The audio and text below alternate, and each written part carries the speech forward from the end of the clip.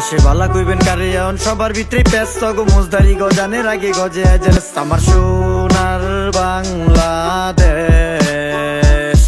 আমগো এত সুন্দর দেশ শুধু মানুষগুলোই খ্যাস লাগে, কথায় কথায় আতাআতি সম্পর্ক শেষ। আমার সোনার বাংলাদেশ।